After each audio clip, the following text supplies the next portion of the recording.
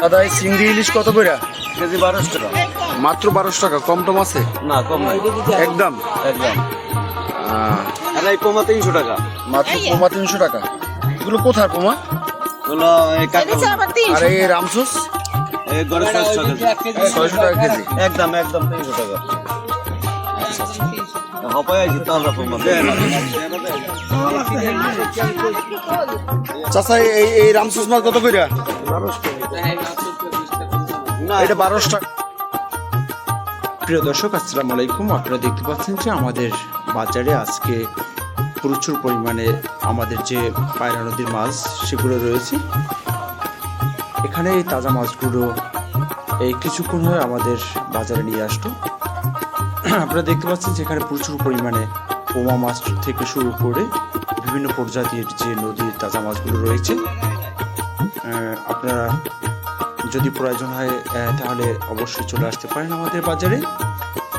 তবে আসলে আমি আরেকটা কথা আপনাদেরকে বলতে চাই যে আসলে আমাদের এই যে শিংবেড়ি বাজারটি রয়েছে সে বাজারে প্রতিদিন বিকালবেলা আসলে এরকমের বিভিন্ন প্রজাতির সামুদ্রিক এবং দেশি পায়রা নদীর বিভিন্ন রকমের মাছ পাওয়া যায়।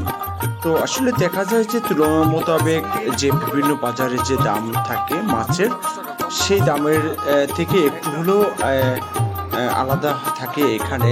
কারণ দেখা যায় যে আমাদের এই যে কাছাকাছি বিশাল যে নদীটি রয়েছে সেই নদীটি থেকে তরতাজা মাছগুলো জেলেরাই এখানে নিয়ে আসে, আর কিছু কিছু জেলেরা আসে এখানে বিক্রি করে যায়। তো সেই জন্য আমরা অনেকটা একটু কম দামে ক্রয় করতে পারি।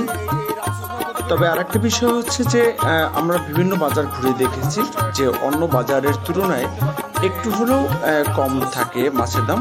আর যেহেতু তাজা মাছ সেহেতু একটু দাম বেশি থাকে, সেটা স্বাভাবিক। যে সামুদ্রিক মাছগুলোর দাম দেখা যায় অনেকটাই কম হয়ে থাকে। তো আসলে দর্শক, আপনারা যে যেখান থেকে আমার ভিডিওটি দেখছেন সবাই লাইক শেয়ার কমেন্ট করে আমাদের সাথে থাকবেন। দেখা হবে আবার অন্য কোনো ভিডিওতে অন্য কোনো জায়গায়।